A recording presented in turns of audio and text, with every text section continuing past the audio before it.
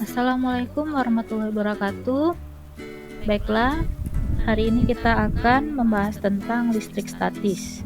Tetapi terlebih dahulu, apakah kamu pernah melihat petir? Nah, apa itu petir? Petir adalah gejala alam yang biasanya muncul pada musim hujan saat langit memunculkan kilatan cahaya sesaat yang menyilaukan. Bagaimana petir itu terjadi?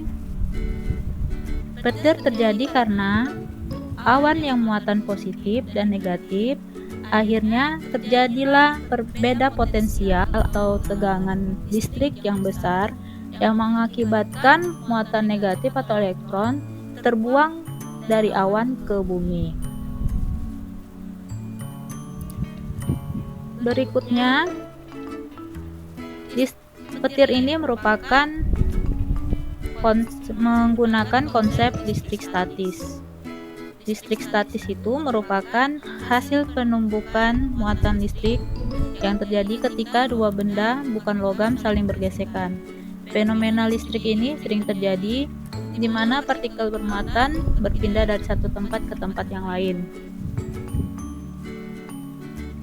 Contoh penerapan listrik statis yaitu saat Anda menyisir rambut. Tanpa terasa, rambut akan terangkat mengikuti arah sisir. Berikutnya, pernah kalau saat kita menyetrika jilbab atau pakaian, jadi jilbab tersebut akan menarik rambut-rambut kita ke jilbab tersebut. Selanjutnya, contohnya saat menyisir rambut seperti ini. Muatan listrik itu ada dua, yaitu muatan proton dan muatan elektron. Muatan proton itu adalah muatan positif, sedangkan muatan elektron adalah muatan negatif.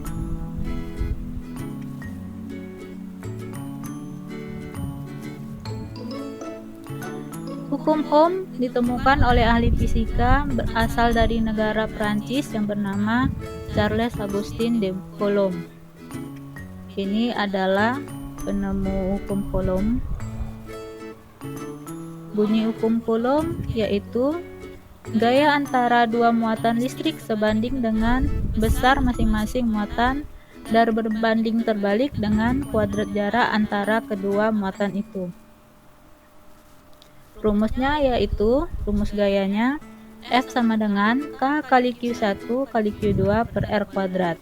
F itu adalah gaya Coulomb atau gaya listrik yang satuannya Newton, Q adalah muatan listrik yang satuannya Coulomb, R adalah jarak antar muatan satuannya meter, K adalah konstanta Coulomb yang nilainya 9 kali 10 pangkat 9 Newton meter kuadrat per Coulomb kuadrat. Selanjutnya, ada hukum Gauss. Hukum Gauss ini menjelaskan hubungan flux listrik atau jumlah garis medan yang menembus suatu permukaan tertutup dengan jumlah muatan listrik yang dilingkupi oleh permukaan tertutup itu.